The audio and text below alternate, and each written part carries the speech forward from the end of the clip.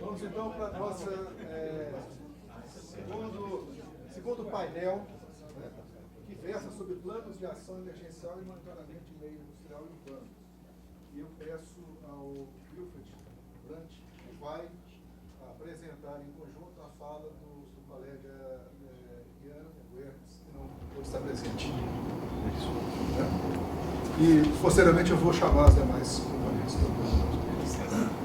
Bom, boa tarde, pessoal. Eu, professor Ed Jones, não pôde vir do Canadá, ele estava previsto para vir, mas não pôde. E ele mandou então uma gravação para a gente, para provocar aqui.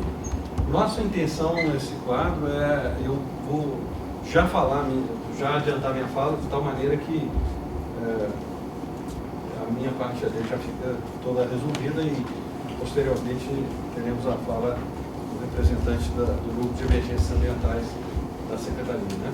Então, o Wilfred, me dá só um segundo, porque é uma questão que vai demandar um pouco de tempo.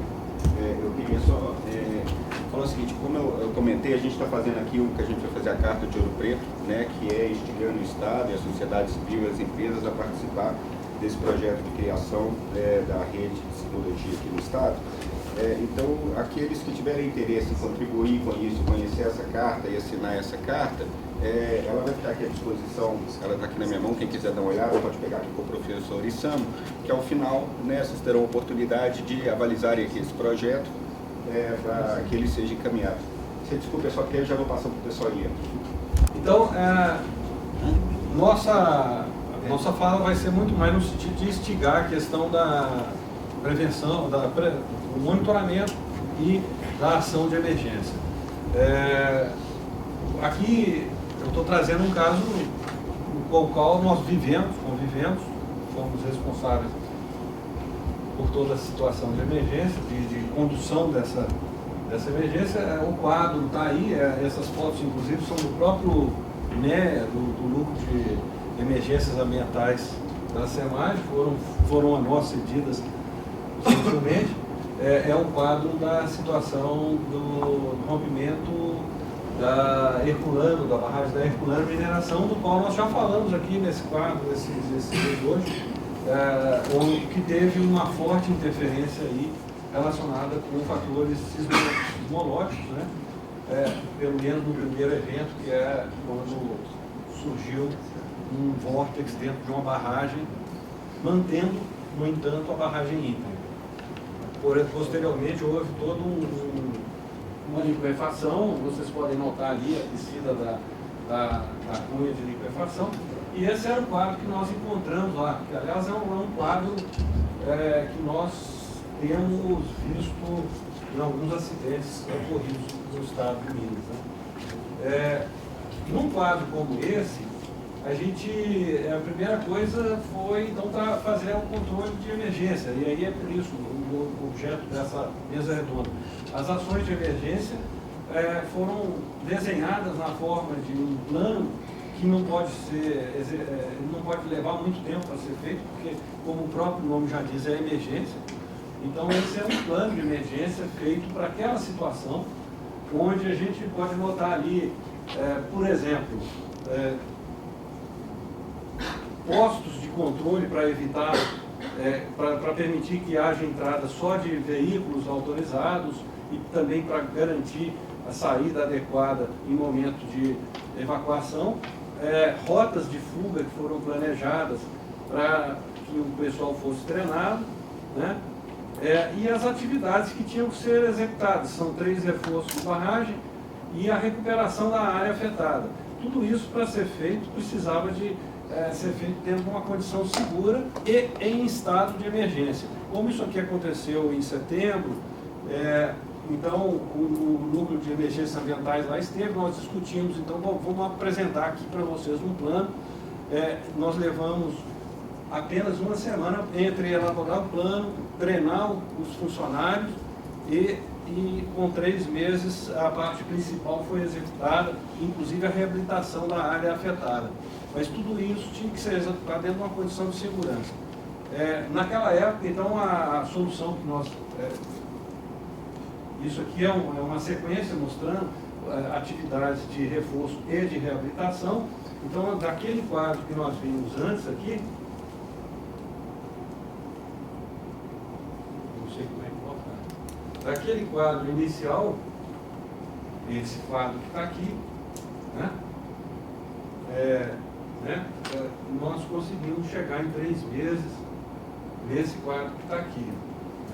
Até porque aproveitamos a chegada da época de chuva para fazer a reabilitação, setembro, outubro, novembro e dezembro. Então, a partir dali foi possível retornar a uma condição mais segura. Esse tipo de ação, ele depende de monitoramento também, mesmo esse. Não só um monitoramento de segurança, de manutenção, mas um monitoramento para esse tipo de ação. Esse tipo de ação foi executado através de um monitoramento que nós utilizamos da Ground Program, eu acho que, eu não sei se eu vou... se você tiver alguma informação, acho que pode dar. Mas basicamente qual era o problema? A gente precisava de trabalhar nessa região que estava aqui. Vocês lembram daquele mapa que eu mostrei com rotas de fuga, aquele negócio todo? Aquelas rotas de fuga tinham que ser planejadas para um tempo de fuga adequado para um deslizamento que pudesse acontecer. Então você tinha que primeiro pensar numa hipótese e fazer uma rota de fuga para um tempo adequado. O tempo adequado que nós chegamos naquele momento era da ordem, idealmente, entre 5 e 10 minutos, nada mais do que isso. Então essa rota de fuga, toda ela foi planejada para que em qualquer local que as pessoas estivessem, entre 5 a 10 minutos elas pudessem sair.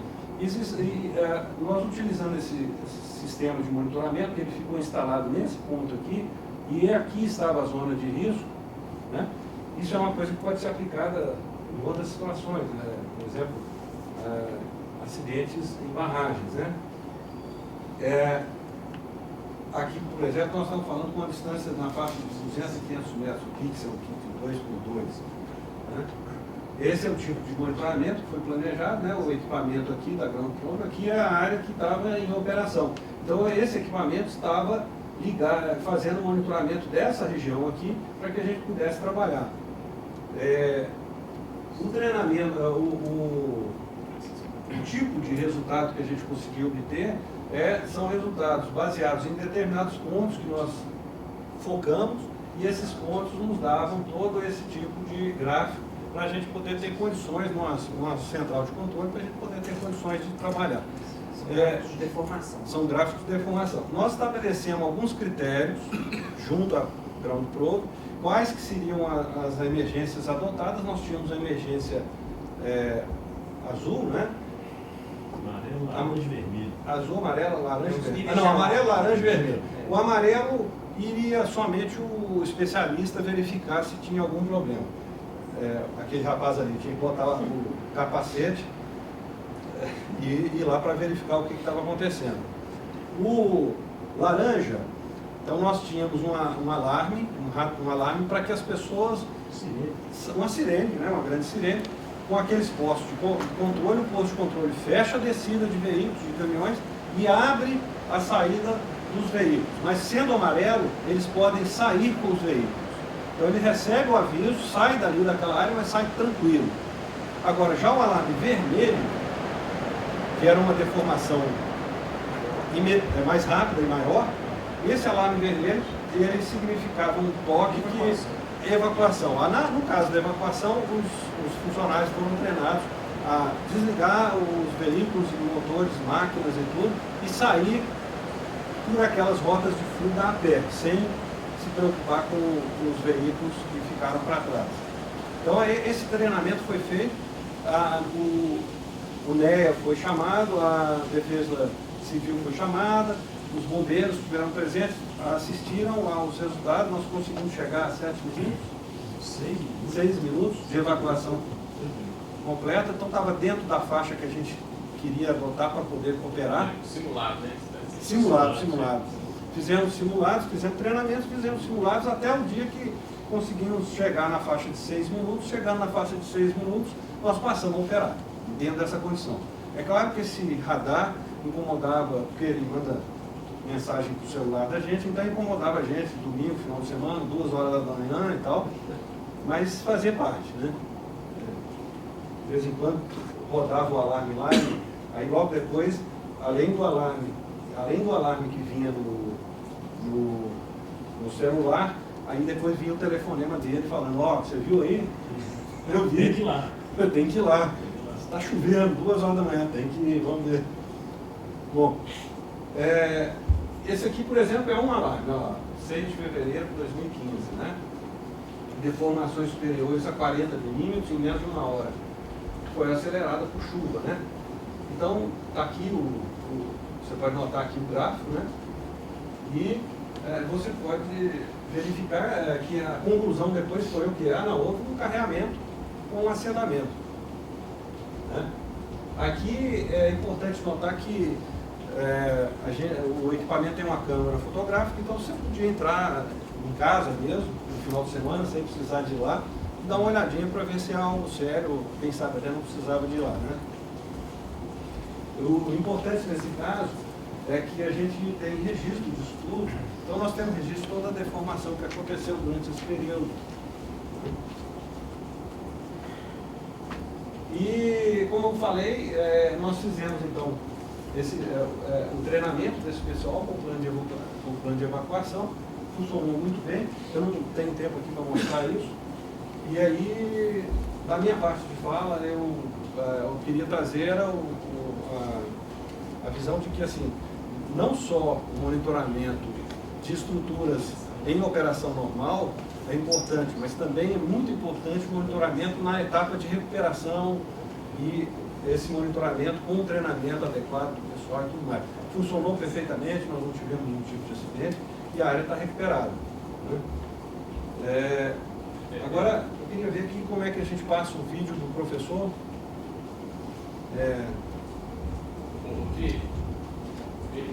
Vi, só uma coisa. Como é que está o treinamento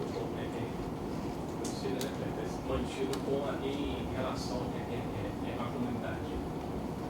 Não, nesse caso específico, Foi só interno? é só interno porque não tem uma... não existe lá embaixo uma comunidade capaz de... My name is Ian Weir Jones. I'm based in Vancouver, Canada, and I'm working with Senor Wilfred Bright. Não, mas veja bem. Good afternoon, Eu ladies and até gentlemen. conheço bem o condomínio porque eu moro lá. Mas o condomínio está numa cota extremamente superior. É um vale fechado. O que incomodava no condomínio, inclusive foi várias vezes reclamação do condomínio, é que a sirene tocava às vezes de madrugada, acordava todo mundo e ficava todo mundo querendo saber o que estava acontecendo, vai cair a barragem. Isso aí incomodava. Mas assim, em termos de risco ao condomínio, coisa desse tipo, não, porque eles são condomínios, aquilo lá tem uma direção, a corrente do Silva vai em direção a sul, né? E enquanto que o condomínio está a norte, eu diria noroeste, e numa cota muito superior. Aqui o professor Ed Jones, por que a gente pediu que o professor falasse? Porque naquele processo também nós pedimos para o professor Ed Jones nos orientar sobre monitoramento. E ele fez esse tipo de orientação e eu então quis trazer para cá para a gente ver. É o seguinte, quais são os equipamentos ou os tipos de monitoramento que podem ser feitos? Nós vamos ver aqui que é possível fazer monitoramento, por exemplo, de uma ponte, passando o veículo o tempo todo lá em cima, fazendo vibração o tempo todo, e você ainda conseguir diferenciar a vibração dos veículos e da ponte ou do vento de um potencial sismo, a ponto do próprio sistema de monitoramento ser automático e ser capaz de fechar a cancela da ponte no caso de um sismo da ordem de tanto, automaticamente. Pum. só fazer uma introdução. Essa questão do Will Jones, quando teve essa questão dessa marca, a gente procurou, obviamente, conversar de monitoramento com todo mundo, né? Que tinha no mercado, até com uma solução definitiva para a empresa. Então, estudamos... Dessa marca da Eculano, perdão. Então, assim, nós tivemos assim, informações de diversas empresas, de diversos centros, né, e, sobremaneira, né, as situações mais delicadas, né, usinas nucleares, grandes usinas termoelétricas, pontes em situações de região de ameaça sísmica, tudo que a gente investigou, todo mundo indicou Petrobras, né? Então, assim, é uma fala, eles se encontraram durante um congresso lá no Canadá com o Wilfred e firmaram uma parceria aqui no Brasil, né? E, assim, o que a gente entende hoje, em termos de benchmark, de monitoramento geotécnico, né? De sismos. Da parte sismográfica, aí vem realmente dessa cultura aí do pessoal do Canadá. Então, se ficar muito baixo, se não der para ouvir, eu vou pedir então que a gente, que ele fale, mas vamos ver se a gente consegue ouvir todo mundo. Se vocês me falem se está possível de ouvir, né? Good afternoon. My name is Ian Weir-Jones. I'm based in Vancouver, Canada, and I'm working with Senior Wilfred Brandt of Proman on this round table and the presentation of instrumentation and monitoring systems for tailings dams, which may be of assistance to you given some of the events which have occurred in Minas Gerais in the last couple of years. I'd like to start with an introduction to this presentation. The presentation is called Dam Integrity Monitoring using Earthquake Early Warning Systems and Optical Strain Monitoring. As you all know, tailings dams can contain significant quantities of saturated fine solids, colloidal suspensions, and sometimes toxic materials. This presentation introduces some techniques designed to provide stakeholders with information about the structural integrity of the dam structures, the risk they present to people in the vicinity, and the more general risk associated with the contamination of the environment in the event of a spill. We will present technologies which are intended to make living with tailings dams less stressful for everyone concerned, the public, the mine owners, and the regulators. Weir-Jones has been carrying out structural integrity monitoring in many countries for a long time. It's a key part of our business, and in the last 40 years and in about 55 countries, our clients have included many of the people, many of the mining companies you know internationally, and this is a slide showing some of our clients with whom we've worked in the last 40-odd years. The problem with tailings dams and the failures are typically associated with steep or overly steep downstream dam faces, either by initial design or by subsequent material placement, overtopping of the dam, water flow through the dam, excessive water flow under the dam, or more rarely, earthquakes which can cause a reduction in the structural integrity of the dam and the foundation materials. So our objective here is to monitor these progressive events in real time in order to reduce the loss of life and property. Here we've got three typical tailings dam conditions, which are, the top two are tailings dams, the lower one is a representation of a water impoundment dam, possibly a hydro dam or an irrigation dam. The top illustration shows a dam which is being heightened and steepened. And the top illustration is of a stable, well-designed dam which is extended as the volume of tailings increase and the dam proportions remain constant and in accordance with the original design considerations. The middle illustration is of a dam which is being steepened and heightened in order to retain additional material. Progressively, the dam becomes less stable as it becomes higher and the downstream face becomes steeper. The third illustration is a structure which is intended to be a permanent dam used for water impoundment, possibly a hydroelectric dam, and it would have an impermeable core and upstream and downstream faces protected by riprap. Since all dams potentially suffer from reduced stability due to external events, we will discuss 3 technologies which will help owners mitigate these problems. The technologies are shake alarm, which is a system to detect ground motion which could cause imminent failure. Typically, it's used to measure the anticipated peak ground velocity in the event of an earthquake. It monitors the time difference between the P and S wave, and it provides early warning or advanced warning of a potentially hazardous situation developing at the site. Quake Monitor is designed to provide regional information about earthquakes which may occur in the vicinity of the protected structures. Not necessarily hazardous earthquakes, but it provides a history, an ongoing history of earthquake development, earthquake occurrences in the vicinity of the protected structure.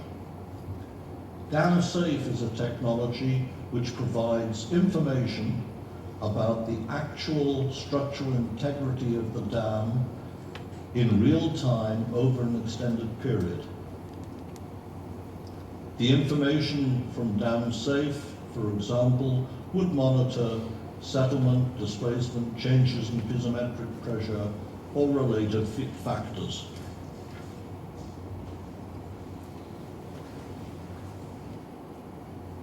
The proposed dam integrity system, the structural integrity systems that we are discussing here,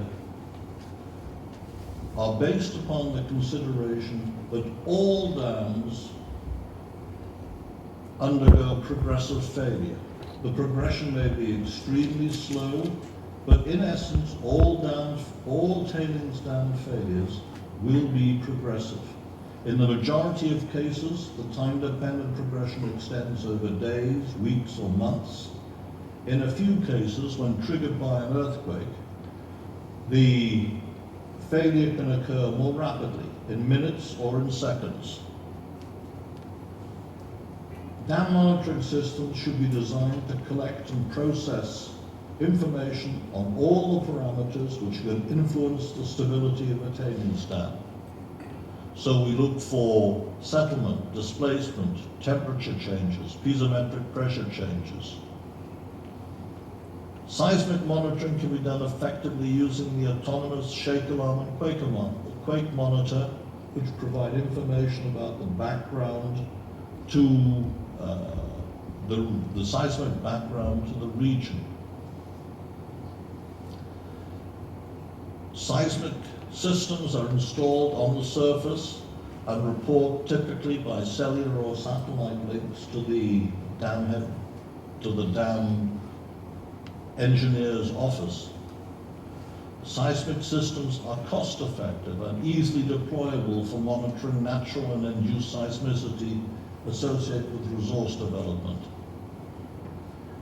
For the structural monitoring of the dam in real time, we use DAMSafe. This is a Brion optical frequency domain analysis, BOFTA technology, which can measure displacement, settlement,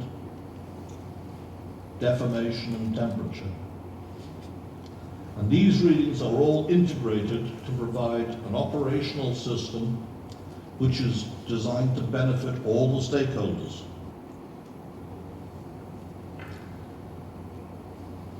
For example, in the Minas Gerais situation near Belo Horizonte, we have an area in which is concentrated the production of iron ore. What Weir Jones and Cromon are proposing is a cost-effective real-time structural integrity monitoring system for the mine tailings dams, which use optical technologies, seismic sensors, and data processing and transfer systems, which will assist the mines, their consultants, and the regulator. Cromon and Weir Jones are the system and service provider. They do not offer geotechnical consulting services. Cromon provides the structure. Cromon Weir Jones provides the structural integrity monitoring system. We deliver verified engineering in real time to the stakeholders,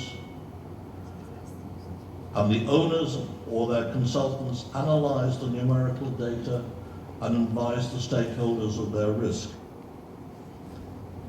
This slide shows the data flow that we envisage for this type of situation. Self-explanatory, but in essence, it provides a logical and reliable data flow which will assist operators, regulators, and other stakeholders in mitigating the risk of dam failures. So Shake Alarm and Quake Monitor are designed to provide information about seismic risk to individual structures. The application of earthquake early warning systems to facilitate protection of people and infrastructure, to evacuate personnel, to shut down facilities, to warn the general public, and generally to provide a level of comfort for the people who have to live or work in the vicinity of tailings dams. Shake Alarm and Quake Monitor share certain features. The fundamental difference being that Quake Monitor collects information about seismic activity in the vicinity, whereas Shake Alarm provides information about a specific event and provides direct and real-time early warning of a potentially hazardous earthquake. This is the Shake Alarm installation in Western Canada. This is Shake Alarm installed on a advanced light rail transit system guideway. Quake Monitor, the complementary device, is deployed around mines where there may be the risk of seismic, natural seismicity or induced seismicity. Quake Monitor provides near real-time information about seismic events of low magnitude, above local magnitude 0.5, to operators and stakeholders in the area. The system is simple to install, the units are very cost effective, and the installation is very rapid. For example, in the region near Belo Horizonte, where the majority of iron mining is carried out in Minas Gerais, we can look at a number of different quake monitor arrays, and they will provide us with information about the sources, locations of very small earthquakes to as fine a resolution as plus or minus 420 meters with a 10 by 10 array, to plus or minus a kilometer with a 5 by 5 array. The quake monitor systems are shown on this slide. And the installation is extremely simple.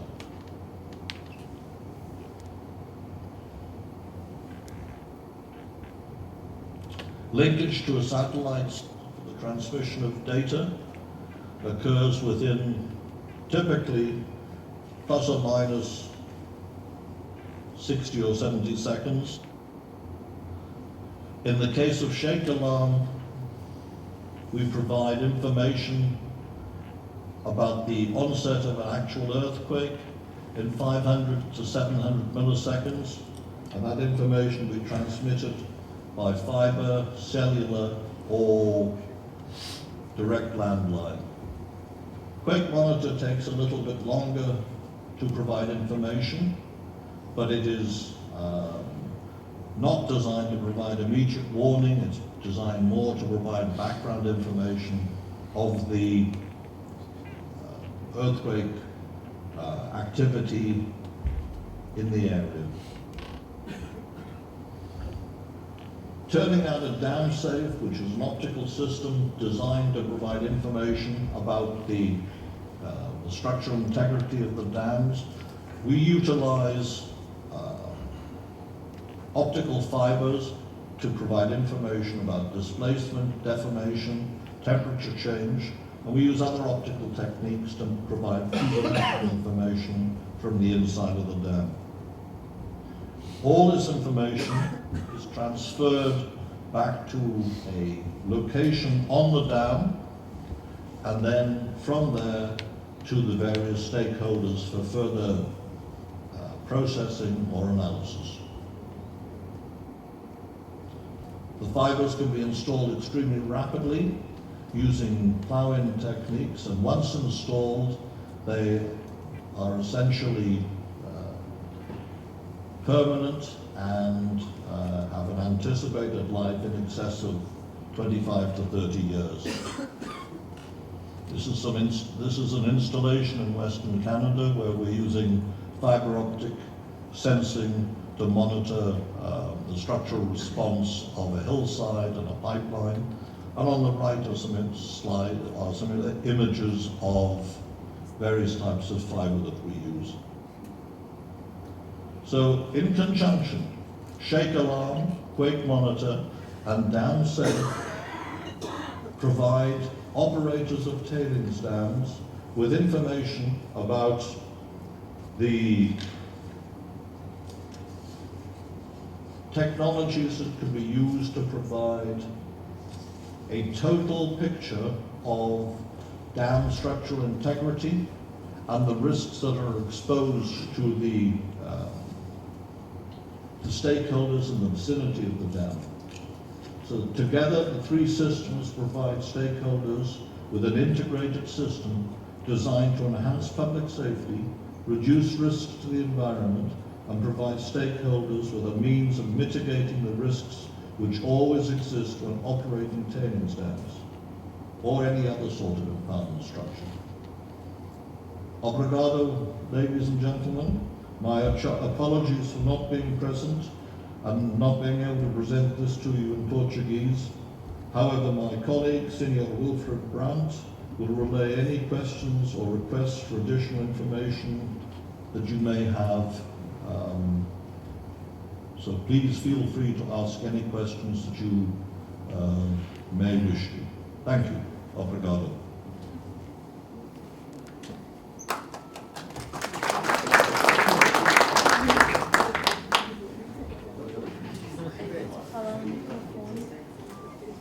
Então, tivemos a fala do Leville e do Ray Jones. Gostaríamos de convidar para compor a mesa e a sua percepção a respeito desse assunto, o colega da Diretoria de Prevenção e Emergência Ambiental, Antônio Carlos Rosa, e o meu colega professor Frederico Sobreira, para compor a mesa junto com o Wilfred e tecer os comentários pertinentes. Só lembrando que cada um de vocês tem entre 5 e 10 minutos para poder, para poder se fazer a exposição. Depois abre-se a plateia, as pessoas para comentários. Logo no meio. Então, podemos começar pelo colega do NEA. Bom, pessoal, eu me chamo Antônio Carlos Rosa, sou coordenador do Núcleo de Riscos Tecnológicos Ambientais. É o seguinte, a história do Núcleo de Emergência Ambiental começa em 2001 e com um acidente ocorrido em Uberaba, entre vários, e que a minha residência se tornou um centro de emergência ambiental. Nesse ínterim, então, formou-se uma comissão para criar, então, uma central de emergência ambiental, né? E na época essa comissão era composta de pessoas da Secretaria de Saúde, Defesa Civil e do Corpo de Bombeiros Militar, né? E aí em 2002 a gente fez um workshop chamando vários órgãos, né?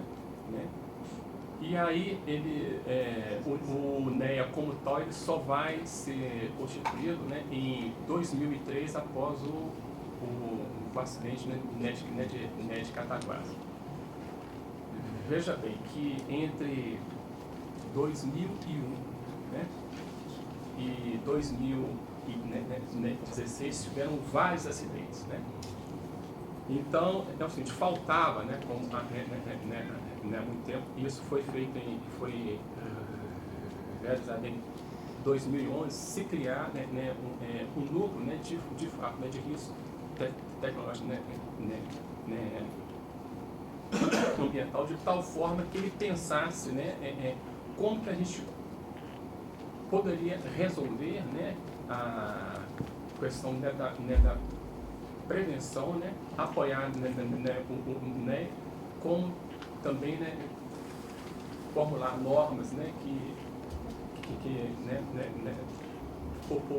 pudessem ajudar, né, na mitigação, aliás, na prevenção, na mitigação do evento, de tal forma que lá no que o que fosse detectado ali, né, serviria de embasamento, né, para parte, né, inicial que hoje se chama de regularização, né, ambiental, mas sim, né, no licenciamento, né, ambiental, que hoje está sendo assim vítima de que atrasa tudo, etc. Gente, licenciamento ambiental é um dos instrumentos de gestão, né? Ele não é o instrumento, né? Ele não é o único, ele é um, né? E que ajuda a disciplinar muito bem, né? E a gerir a questão, né, ambiental, evidentemente, desde que bem conduzido. Bom, infelizmente, sabe, eu não queria tocar, né, nisso aqui não, mas como o colega da SEC fez, né, algumas colocações, é o seguinte: O Paulo sabe disso, né? Entre 2006 e 2008, o órgão ambiental, né, de Minas Gerais, ele foi desmontado. Então, os nossos né, esforços, né, infelizmente, né, talvez agora, quem sabe, né, com a nova, né, com a nova gestão que é isso, né, enquanto a gente possa dar uma resposta social mais adequada, porque esforço não falta, né? E eu fui do CETEC, né? Eu até perguntei para o colega, né, que foi do IPT, se por acaso eles haviam, se houve alguma proposição em São Paulo de doar o IPT para iniciativa privada, porque aqui em Minas foi feito. Você pega um centro de pesquisa, que já foi o maior centro de pesquisa da América Latina, né, e pega e doa. Né. Não está muito no mérito não, mas assim, a história é essa. Agora, o modelo de gestão, né, ambiental que ele está aí, tem jeito. Agora, o único recado que vai é que, se dependendo como eles forem mexer nele, vai consolidar aquilo que foi feito. Né? Então, basicamente, né, o que a gente tem para falar para vocês é isso, que na época em que se fazia um licenciamento, né, ambiental mais integrado, e inclusive com simulados com a comunidade, ele existe até hoje, né? Inclusive, assim, numa área em que você pode ter, no pior cenário, acho que pouquíssimas pessoas aqui sabem disso, né? Um evento que Samarco vira fichinha, né? Bhopal vira fichinha, né? Que se acontecer de dia, você leva a fatalidade mais ou menos 15 mil pessoas. Se for de noite, isso aí dobra, né? Ou mais. No primeiro estágio, né? Nos outros estágios, você pode alcançar em torno de mais ou menos 300 mil pessoas, e por aí vai. Então, só para vocês, só para respondendo aqui para o colega, né? E finalizando, eu sou carioca, né? Moro em Minas há muitos anos, bem minerado. Eu digo sempre, né, uma coisa, a diferença que existe entre mineiro e paulista, né? Alguns até sabem disso, é o seguinte: paulista faz um negócio desse tamanho e ele bota desse tamanho. Mineiro faz um negócio desse tamanho e ele faz isso. Quem está certo? Paulista. Então, assim, muito conhecimento, muito produto, muita coisa produzida, né? Eu quero fechar, viu, Sobreiro, com uma coisa. A concepção do núcleo de emergência ambiental, conforme ela foi feita, ela é considerada muito avançada para ela. Hoje seria, com o Centro Integrado de Comando e Controle, seria realmente assim, seria o fechamento do projeto. Ele foi concebida por uma professora, né, por uma pessoa que hoje dá aula, né, na Universidade Federal de Ouro Preto, assim, 2013, a professora auxiliadora. A concepção do projeto de criação do núcleo de emergência, né, ambiental. Então, assim, tem muita coisa que é produzida, né, em Minas Gerais. Inclusive, a concepção do CONAMA é originária daqui de Minas Gerais. Não é nem de São Paulo e muito menos do Rio. O CETEC já foi várias vezes o tiratema da CETESB, quando a CETESB era punida pelo Ministério Público. Né? Então é bom, né, encerrar, né, a minha fala e alguma dúvida que eu possa sanar em termos de gestão de risco. E principalmente, né, de uma coisa apropriada que eu gosto, que é de gerenciamento de risco, e que você tem contextualizado o plano de ação de emergência e o programa de comunicação de risco, né, que ele já existe, né, em Minas Gerais, né, tem inclusive uma deliberação para isso, a única no país, que é a 039, de 19 de 1999, isso existe. Tá? E o trabalho que a gente faz, né, na área da Petrobras, que além do risco tecnológico, que ninguém precisa, de colocar aqui quais são, você tem uma área que envolve, que envolve violência e tráfico de, violência e tráfico de drogas, né? E a gente sabe, os militares, história, que quando você trabalha nessas áreas, né, esse país é assim, você trabalha em áreas em que tem dono. E muitas vezes, para você entrar nessas áreas, você tem que pedir licença para o dono. A Fiocruz, né, que é um dos locais em que eu fiz, a minha formação, faz isso, né? E, enfim, a atuação, né, a vivência no campo real é uma coisa, né?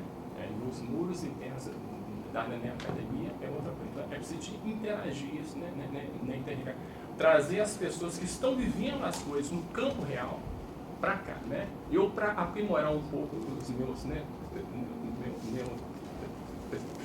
treinamento, mais recentemente eu fiz o que a gente chama de CEP 2015, né? Que é o curso de estudo de política e estratégia da Escola Superior de Guerra.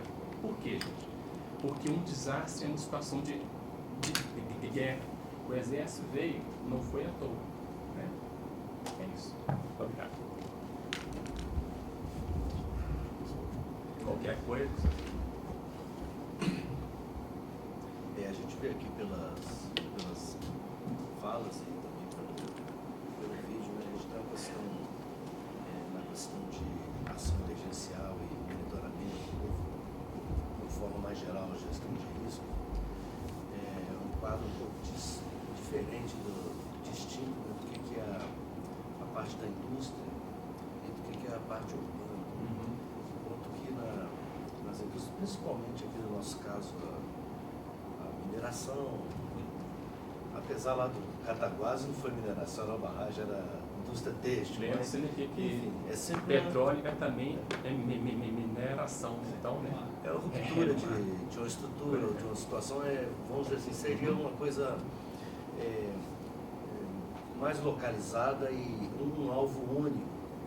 E geralmente é uma empresa que tem que destinar ali os recursos para aquilo e até obrigatório, né? Quando faz todo o seu pedido das licenças de instalação, de operação, etc., ele é obrigado a ter aquela parte de fazer aquilo. Então fica até um pouco absurdo aí uma indústria dessas não ter um bom programa de monitoramento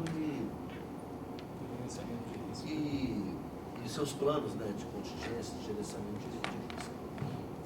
Quando a gente parte para a questão municipal, né, as áreas urbanas, né, tudo aponta ali é o município, a administração pública municipal, aí o quadro é muito diferente por vários aspectos.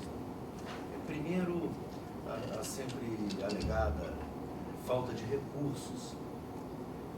No segundo ponto,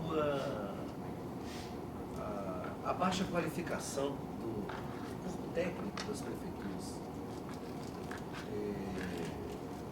O que um engenheiro vai ganhar numa prefeitura de Ouro Preto é coisa ridícula. Então a gente tem não só na parte técnica, na parte administrativa também, a gente sabe que os municípios querem captar recursos, tem que chamar uma empresa de consultoria para entrar num plano, num programa governamental que os técnicos mesmo próprios da prefeitura poderiam fazer, né? Isso vai nos planos, no caso aí da gestão de risco urbana, né? Nos planos de redução de risco municipais, né? Simplesmente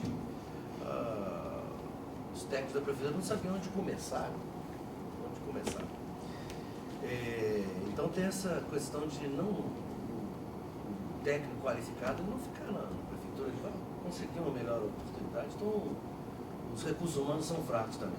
E depois é a terceira questão que o município acaba sendo um todo, né, uma área urbana, né, embora possa ser identificados os setores onde existem maiores problemas, são sempre muitos, né?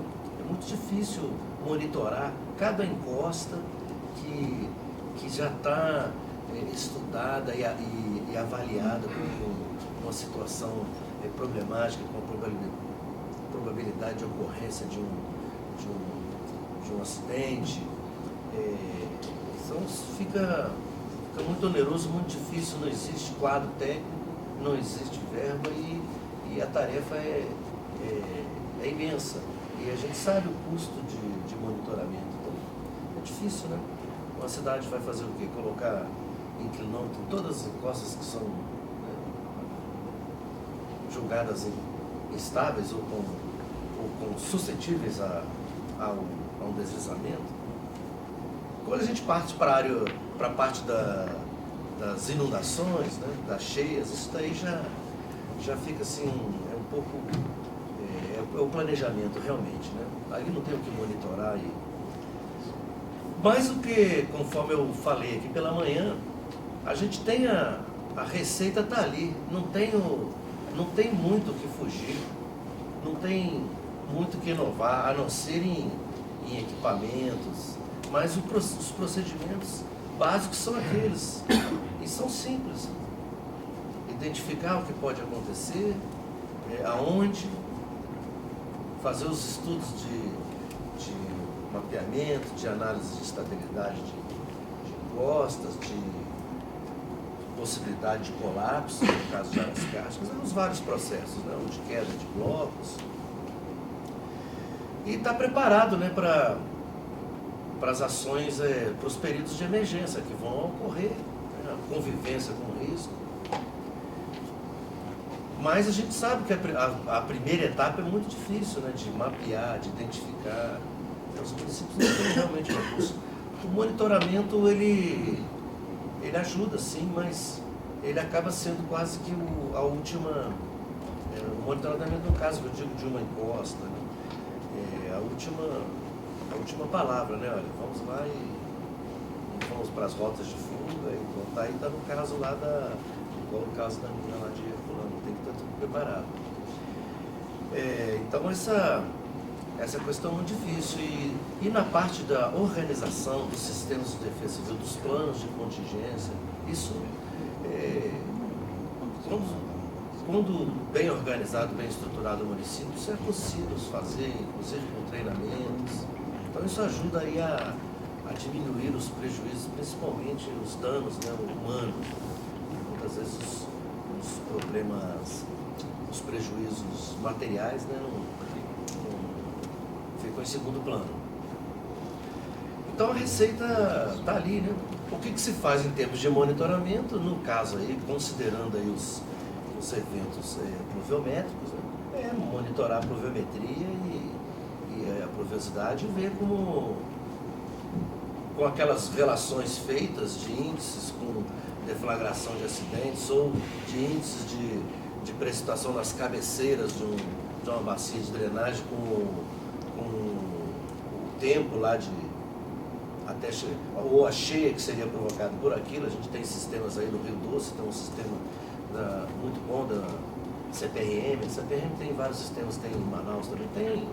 Então isso, o monitoramento se dá através da observação da pluviosidade, né? E é o que se pode fazer, uma vez que é impossível ter aí um monitoramento global de uma área urbana, de uma cidade. Ouro Preto, que é uma oficina, não consegue, quanto mais é o Belo Horizonte ou Rio de Janeiro. Mas o problema principal aí é realmente essa estruturação, né? É a falta de condições dos municípios, que são os responsáveis por isso, tanto em questões do quadro técnico, como questões de verbas destinadas para aquilo. A falta de cobrança, né? Como a indústria tem, né? Dos órgãos ambientais, são cobrados, né? ter suas licenças, tem que ter aquilo. A gente não tem cobrança no nível municipal. E quem trabalha aí com a defesa civil, com a parte da defesa civil, como os colegas estão aqui, sabe a dificuldade que é, né, de se ter implantado um sistema desse eficaz e que funcione, né, e com comprometimento do poder público. Mas eu tenho a opinião que o caminho está ali mostrado, né, sem grandes complexidades, né. É uma questão de organizar, né? Organização, né? E ação emergencial em área urbana, isso não é só... A defesa civil não são só os agentes da defesa civil. A defesa civil tem que ser a sociedade como um todo, as empresas, todos os cidadãos também, os voluntários. Tudo tem que ser isso bem estabelecido para a nossa situação de emergência, saber, ó, quem vai para onde, quem vai fazer o quê, né? Como é que a gente vai superar fazer esse primeiro atendimento e depois superar aquela fase de reabilitação, botar a cidade para funcionar novamente, né? E isso é realmente falho, como eu falei pela manhã, o brasileiro ele tem aquele espírito ali de ajudar, né, de solidário com essas tragédias, mas a coisa mal organizada acaba sobrando roupa. Aí aparece outro lá para desviar a roupa e vender, não sei o quê, essa comida se estraga. Então, nós não temos isso realmente bem estabelecido. E é preciso isso, né? Agora a gente tem, pelo sistema de defesa civil, é bem claro quanto a isso, né? Da obrigatoriedade dos municípios de ter esses planos, mas ainda temos um caminho assim, muito longo a percorrer, né? Então, é uma situação mais complexa do que na indústria e eu creio também que são mais vidas em risco, em jogo ali, numa área urbana. É isso aí. Bem,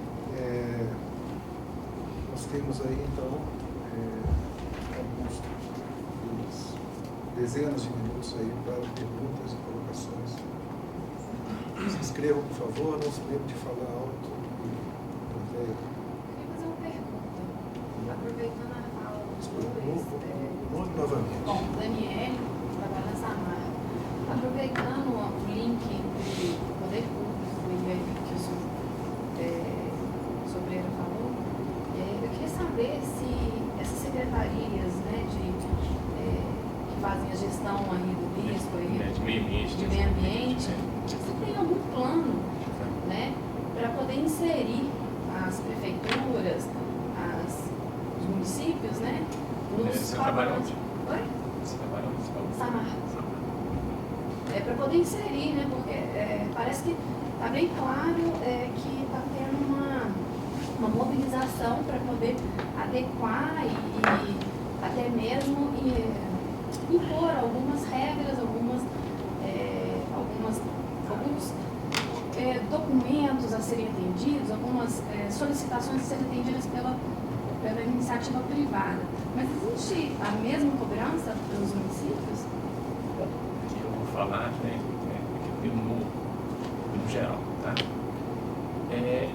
Recentemente, aqui estão vendo aqui, ó, uma coisa aqui, ser vizinho da Petrobras. Interessante, né? Como é que seria ser vizinho da Herculano? Como é que seria ser vizinho, né, da Samar, da Vale? Trabalho que já vem sendo, né, desenvolvido há 15 anos, né? E eu fico assim preocupado quando se coloca a palavra imposto quântico, porque o princípio, né, da gestão ele não pode partir, né, do fim da linha, entendeu? Então eu sempre lá no BOP eu falei, né, isso só as regras são essas, tá, e aí a agressividade controlar, tal. Eu falei, bom, onde que está? Aí a palavra humildade, né? Por quê? Parar assim, por quê? Porque é simples, né? Porque o inimigo ele é sempre mais forte, ele tem sempre mais tempo, né? E ele é inesperado, né? Então, um evento indesejado, né, como aconteceu lá, evidentemente que ninguém quer um evento desse para parar uma empresa, etc. Muito bem. Então se fala muito em sinais, porque foi uma rachadura, porque foi não. Os sinais são vários, né? E os sinais, eles são históricos, né? O conceito de grande acidente, ele fica melhor quando você coloca um acidente ampliado, né? Que é dentro do conceito ampliado de saúde, né? Que no Brasil, né, inclusive assim, a Constituição Brasileira, ela é a única que adota no mundo esse conceito, né? Por exemplo, em 2002, o Brasil foi o último legado, né, de F, né, da HC, né? Então, desde nenhum dos cursos que a gente, pelo menos, né, o Brasil se tornou signatário da Convenção OIT 174, Recomendação 181. Quem é que sabe disso aí? Você sabe disso? Quem pensa? Bom, um grande acidente, um acidente ampliado, ele antes de mais nada, né, ele, em princípio, ele é um acidente de trabalho. Por quê? Porque direta ou indiretamente os trabalhadores são atingidos, né? Porque houve lá no empreendimento você trabalha exatamente isso, né? E depois alcançou, né, a comunidade. Então, quando a gente trabalha, veja bem, com PGR, né, a gente usa muito esse programa de gerenciamento de risco, ele tem dois itens importantes, dois elementos importantes, né, básicos. São os elementos de prevenção e os elementos de proteção, né? Um plano de ação de emergência, ele não é de prevenção, ele é de proteção, né?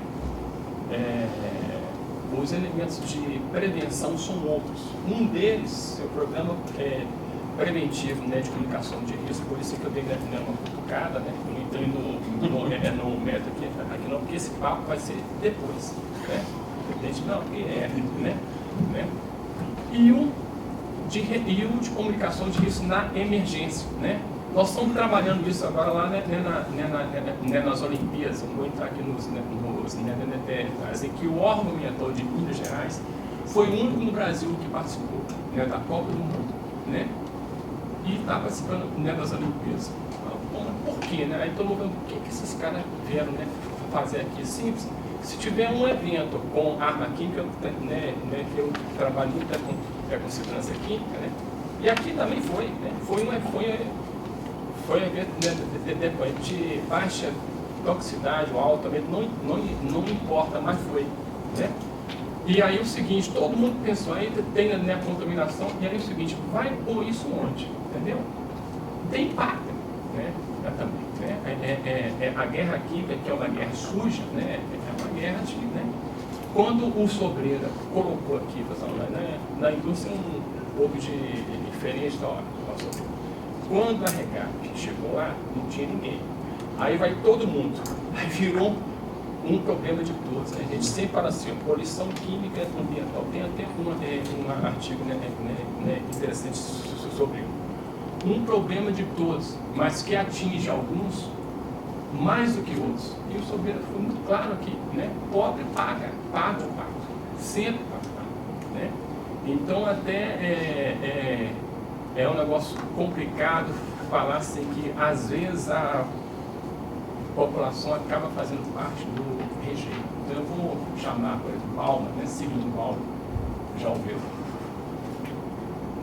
falar, né? Que ele fala o seguinte, né? Que o que fica para a população é o seguinte, lamber ferida, consertar o dano e limpar o lixo. Né? Então, o que eu sinto, né, o que acontece, você tem muita regra, né? O que é regra? Elas já existem e estão aí. Tem muita antes, né, era só gerir, desse tamanho, e a ação fica desse tamanhozinho. Então você tem que, um fiscaliza, o outro autua, o outro licencia, né? O outro faz, e você não tem uma visão de conjunto, né? Então, quando né, me perguntaram, né, na sua empresa assim, poxa, como é que faz isso? Porque isso né, é da defesa civil. Aí eu virei e falei, olha, a gente faz isso há 15 anos aqui, com a área de tráfico de drogas, etc. Por que a gente cita isso? Porque o licenciamento ambiental na REGAP ele foi referência para o país todo. Por isso que eu falo que mineiro fala pouco, paulista fala mais e paulista está certo. Né? Então é o seguinte, só conversar. Recentemente, a gente fez um simulado de mesa e um simulado de comunitário. Teve representantes da Vale, do Rio, eu até achei que o pessoal dessa marca também. A preocupação que eu acho que existe é que quando fala assim, ó, tem uma lei ambiental que vai conceder aos municípios, né, para licenciar certas coisas. Ok, né, acho que para algumas coisas mais simples, para você precisa de saber qual a estrutura que o município tem, entendeu? Para então delegar. E não é só delegar, né, você tem que acompanhar, controlar não tem jeito. Quem fala comigo em controle eu sinto muito, não existe controle. Escapa, né, ok? Tá. Então eu acho que é porque a gente acaba, né, que vai, longe, acho que uns 15 anos que está aqui, entendeu? E a gente viu que as coisas foram piorando. Piorou tanto que o resultado está aí, né? Está aí, né? Então é o seguinte, quando a gente cita certas coisas, certa legislação, assim, é fácil, né, de ser feito. Então, se fazendo, cabe ao órgão ambiental acompanhar isso. Agora, você fazer, só para concluir, um trabalho de percepção de risco, né, para inserir um contexto de confiança, não é muito fácil. Então, é um trabalho a longo prazo mesmo. Tá?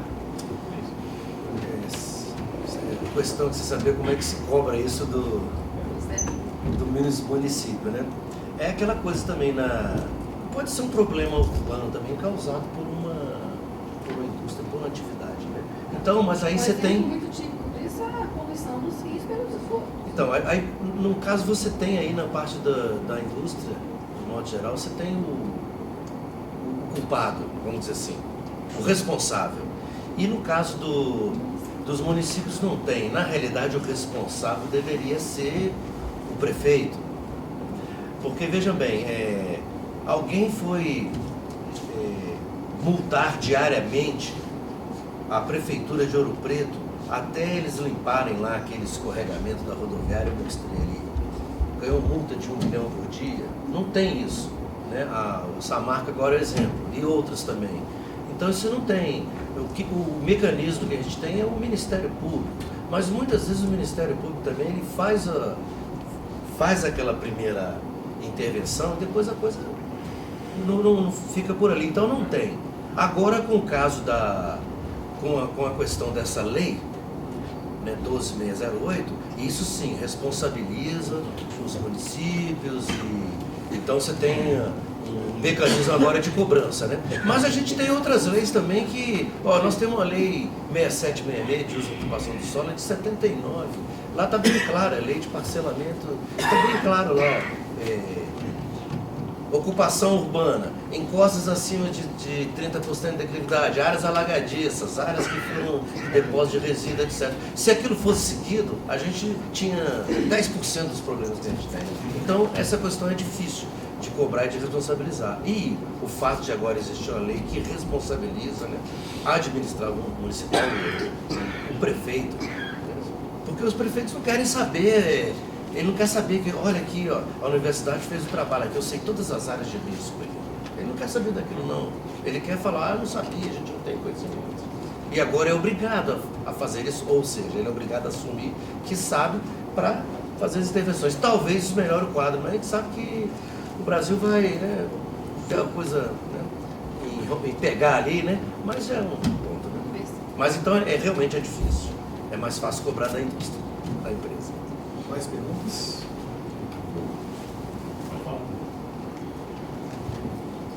Sobre, eu sabe que, não sei se porque eu tenho trabalhado nos últimos anos com planejamento, percebe que é muito reativo. A gente trabalha numa sociedade reativa. Todo, a gente é movido por isso, né? E esse tipo de situação, ela, se a gente não quebrar esse grupo da reatividade, a vida inteira nós realmente vamos ficar pagando fogo. E aí, nós estamos falando que daqui 15, 20 anos as populações nas cidades vão estar com 90% da população mundial, de estatísticas. Né? Então aí a gente tem que realmente, nós, tentar buscar realmente uma maneira, eu também não sei se isso pudesse, talvez seja tão desabafo, de a gente conseguir fazer do planejamento dos municípios, do governo do estado, do governo federal, assim, ter isso como referência, trazer a cultura, a cidadania. Nós não temos cidadania, nós jogamos lixo no chão, não toquemos no bueiro. Então, enquanto a gente tiver sem cidadania, realmente é uma dificuldade tenebrosa. Eu acho muito difícil a gente conseguir avançar se a gente não quebrar essa barreira. Como quebrar essa barreira? Eu não sei. Porque a reatividade, ela não leva a mudança de patamar. De jeito nenhum. Não vai levar a reatividade. Então, esse é um aspecto que a gente tem que colocar de forma insistente. Eu sempre, quando eu vou participar, eu vou situação. Agora estou lá também participando da Força Tarefa do Governo do Estado como consultor do IBRAM, e tenho sempre colocado, a gente não pode, essa discussão que está sendo inclusive feita sobre barragem, vamos proibir um sistema construtivo de barragem, ela é reativa também. Tem que analisar de forma mais sistemática qual é a consequência disso, até onde a gente pode, quais os tipos de barragem que existem, quais são mais perigosas, e ao serem perigosas, o que tem que ser feito? E não a gente só ter a reação. Bom, esse é o primeiro aspecto que eu falo. Segundo, sobre o monitoramento, hoje nós temos algumas técnicas que nós não usamos, basicamente, que eu entendo. A técnica de satélite hoje é muito difundida em países desenvolvidos e é centimétrico você ver movimentação. Interferometria de satélite. Então, nós temos, inclusive, foi oferecido na época, o pessoal do Paradelo, que é um cara da Universidade da Unim, ele veio oferecer para a gente esse trabalho que não conhecia, e nós colocamos, fizemos um projeto bacana, realmente é milímetro. Satélite passa para lá, passa para cá, meu amigo, você, na semana seguinte você tem uma visão de toda a região, onde você tem seus problemas, onde eles estão movimentando e aonde você tem que ir. E realmente, com a deficiência que nós temos de pessoal e de técnicos, e a dimensão geográfica. E as dimensões geográficas do país, ela realmente, ou nós também começamos a buscar alternativas tecnológicas, ou senão também nós vamos te botar. Todos esses morros aí, botar um inclinômetro em cada lugar que a gente detectar que realmente tem um problema, nós não vamos chegar a lugar nenhum. Então nós temos que dar também esse passo tecnológico que nós não temos ainda dado. Ele, por motivos vários, na época, Paradelo, inclusive, disse que o metrô não queria saber dessa discussão em São Paulo, porque qualquer abatimento poderia se voltar contra ele. Então, um monte de gente pode não querer usar esse tipo de instrumento, porque realmente ele pode trazer questionamentos e informações que não estão a público, né, como foi colocado hoje, socialmente, etc.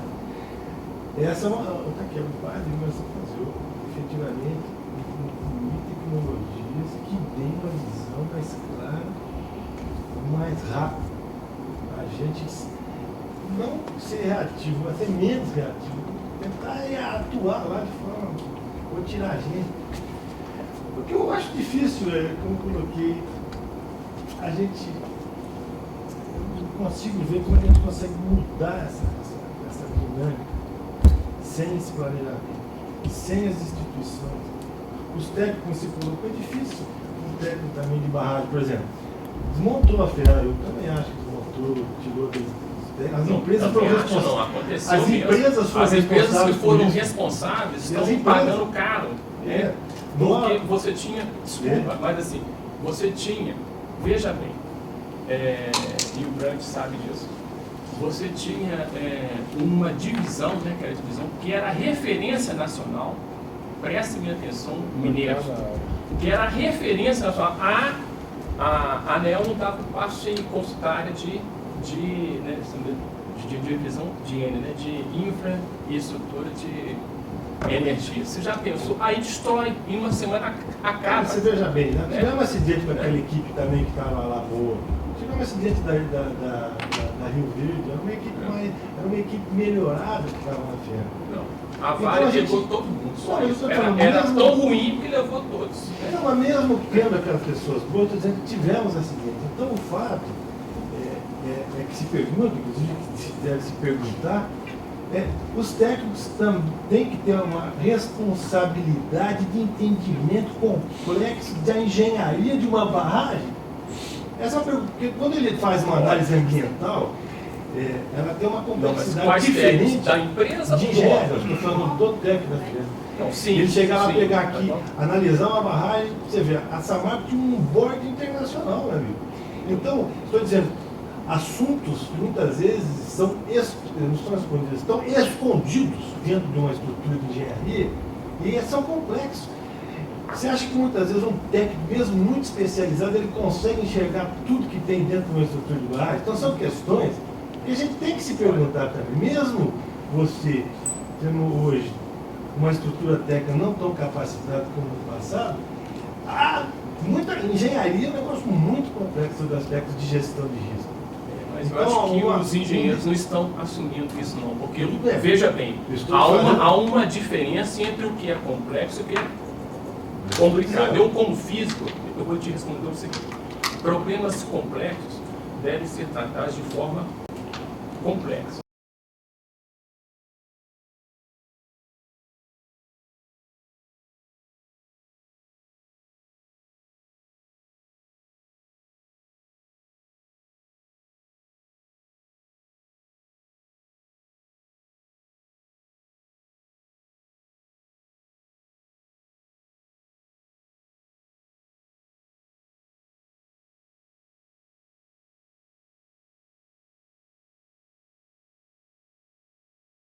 Fazendo, eles praticamente não estão aparecendo.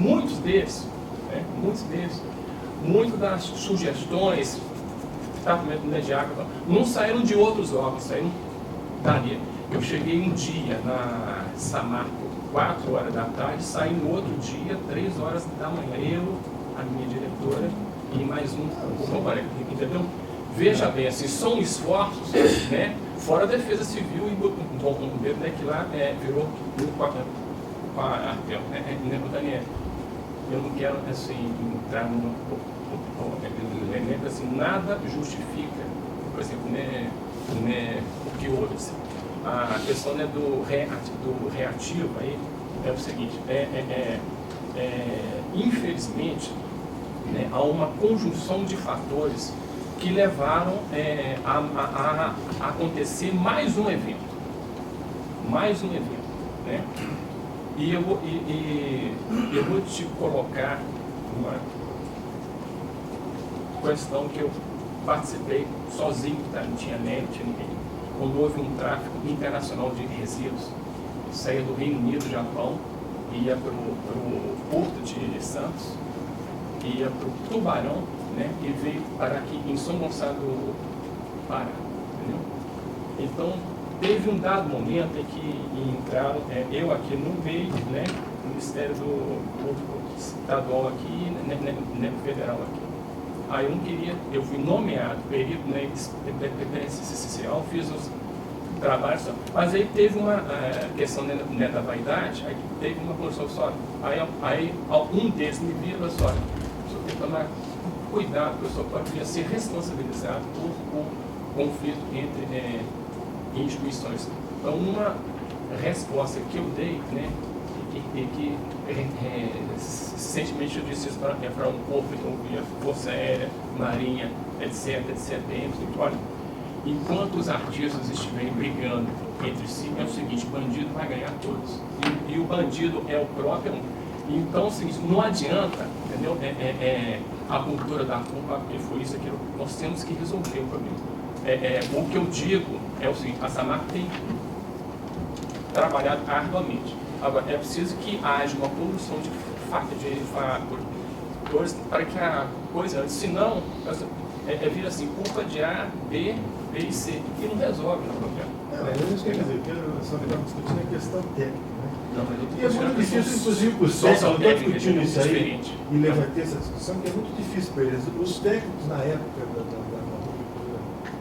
da Iovino, foram processados pela AGE, e atualmente também estão sendo processados pela AGE. Tanto é que eles hoje se recusam, inclusive, a dar qualquer licença de operação de qualquer barragem, porque eles estão acuados. Se dentro do próprio Estado, o Estado está querendo analisar a culpa do técnico, então é difícil. Então o técnico está numa situação hoje muito difícil. Ou por um conhecimento que ele não tem, ou que ele deveria ter, até porque eu não sei se ele tem a capacidade, sem estar envolvido diariamente com estruturas complexas, para poder avaliar aquilo. Era isso que você está capacitado para isso. Não sei se é o desmonte. Você não sabe se é o desmonte. Eu te garanto que é o desmonte. Não é o desmonte, tanto é que senão teria um acidente. Eu vivi isso com o CETEC. Eu vivi isso com a criança, com todo mundo. Vamos encerrar, senão você vive nessa sessão. Aliás, essa polêmica ela é a polêmica fundamental da nossa geração. Né? Nós temos mais ou menos a mesma idade, nós vivemos alguma coisa e vimos o que foi feito, por exemplo, com o CETEC, que era uma obra que chegou a ter 1.800 técnicos. Foi doado ao final da última gestão, prédio, instalação, só no do povo, porque não tinha jeito. Porque não é gado. Se fosse gado, que tinha doado. São aspectos que acho que não tem caso. Pessoas são, podemos fazer a partir só um encerramento aqui. Bom, deixa eu te pedir. Assim, rápido, aqui falou bastante das coisas que eu gostaria de falar, mas só para jogar uma luz para ambos aí nessa discussão, que a luz é justamente essa. Primeiro, educação, né? Fazer dentro de casa e fora de casa. Essa é a fundamental para resolver isso lá na frente. E a segunda é a tecnologia. Tá? A tecnologia, hoje, a gente está buscando soluções lá no Canadá que a gente tem visto que realmente não tem aqui. Desculpa a presença de alguns que tocam, mas realmente não tem. Né? Então, o mundo, a gente tem que olhar para ele também lá para fora. A gente tem muita ação boa aqui em Minas Gerais, tem muita coisa legal, mas também, assim, tecnologia, o Brasil precisa avançar muito, tanto que o marco científico vem sendo um avanço nos últimos anos. Então, a solução para isso a longo prazo não tem jeito. Educação, tecnologia. Educação, saúde, tecnologia. Nós vamos fazer então a mesa. Deixa eu dar um xixi. Partir para a parte do encerramento. Então,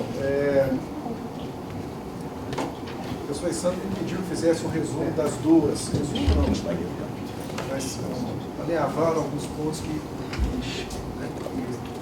vieram à tona nas duas mesas redondas. Né? Então, deixa eu voltar aqui rapidamente. A memória já não vai. Então, a primeira mesa redonda foi a respeito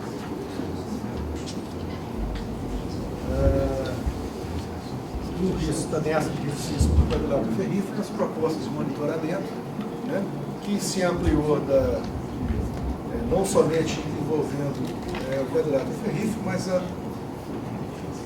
mas a proposição, né, de que haja uma rede do Estado de Minas Gerais como um todo, abrangendo 4 centros.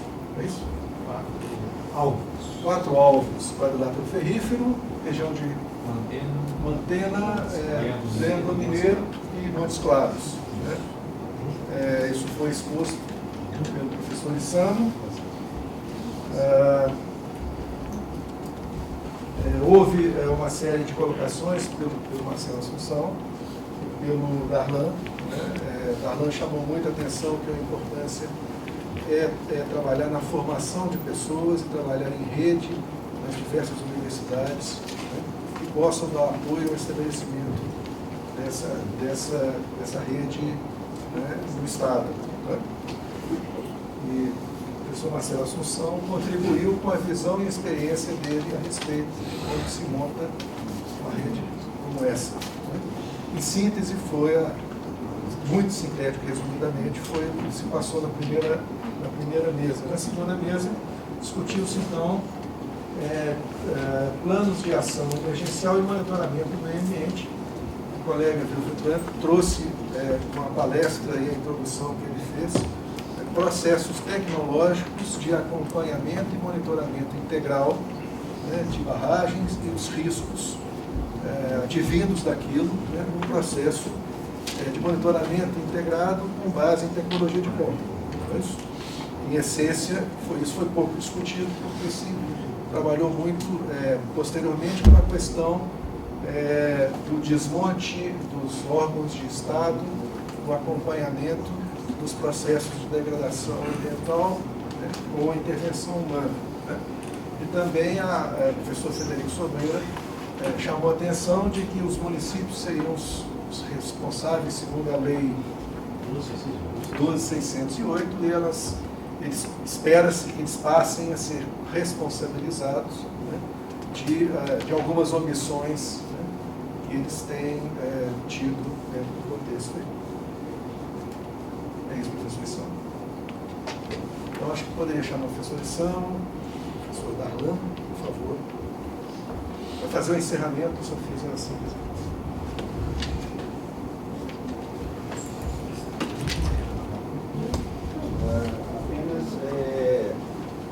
Reforçar aqui a ideia de que a mudança que se faz necessária hoje decorre diretamente do esforço de grande parte das pessoas que estão presentes aqui nessa sala hoje. Eu acho que seremos nós os embutidos dessa mudança. Né? Aí eu até fiz aquela observação aí que nesse documento, aqueles que se sentirem à vontade para apoiar essa iniciativa, né, sintam-se à vontade para fazê-lo. E eu continuo contando com o apoio e a colaboração de todos aqui. Eu acho que é uma construção que tem que ser feita entre várias instituições, entre várias entidades. Nós possamos pautar isso com a devida relevância que ela tem para a sociedade. Se nós que somos os conhecedores dessa relação causa e efeito não provocamos, né, a coisa não sai desse campo da inércia. Então fica aqui meu agradecimento aí ao professor Issão, né, ao Vilfredo, a quem organizou aqui o workshop, e também me coloco à disposição de todos aqui que quiserem ter essa interlocução e contribuir de alguma forma. Muito obrigado a todos.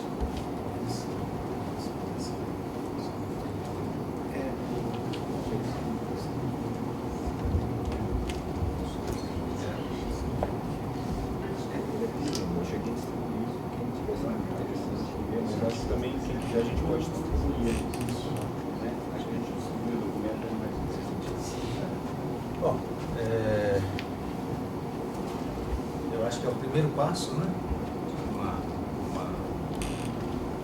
caminhada aí pela frente, né? No sentido de realmente adensar essa malha sismográfica, as informações que o Estado precisa, o Brasil precisa nessa seara.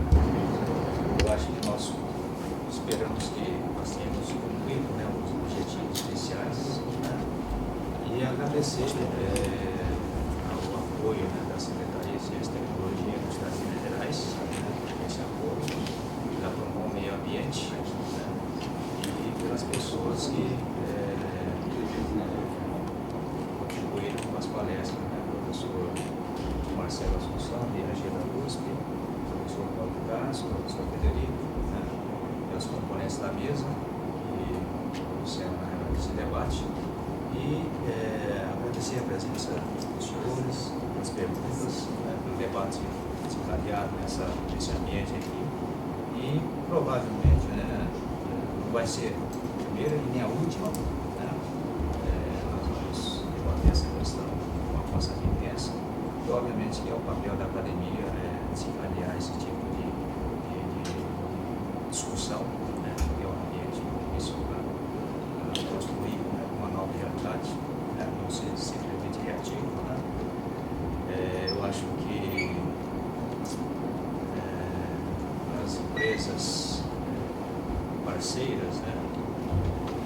tem inovado também, né, principalmente exemplos, acho que não faltam, né? Nós temos parcerias inovadoras, né?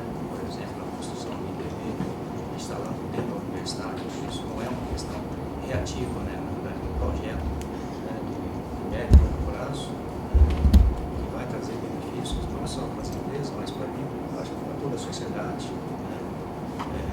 Eu acho que nós estamos formulando, né, outras construções. Eu acredito que a rede sismográfica do Estado de Minas Gerais é um processo que eu acho que o Estado pode liderar, é uma liderança nacional, que aqui reside basicamente uma boa parte da inteligência mineral. Acho que é responsabilidade nossa, é responsabilidade da escola, do Estado, da universidade, que montou todo esse arcabouço, né, de Minas Gerais, né, participar desse processo. Espero, né, vê-los em breve, né, em novos debates. O que a gente pode assegurar é que a universidade nunca vai deixar de contribuir, né, para a sociedade, inclusive abrindo, né, novas fronteiras, né, na pesquisa, né, nessa questão do futuro, que realmente outras áreas elas têm que ser realmente mais incentivadas dentro dos programas de pós-graduação. Nós temos dificuldades com relação a isso, né, mas é uma luta diária também aqui dentro da academia. Gostaria de agradecer a presença de todos.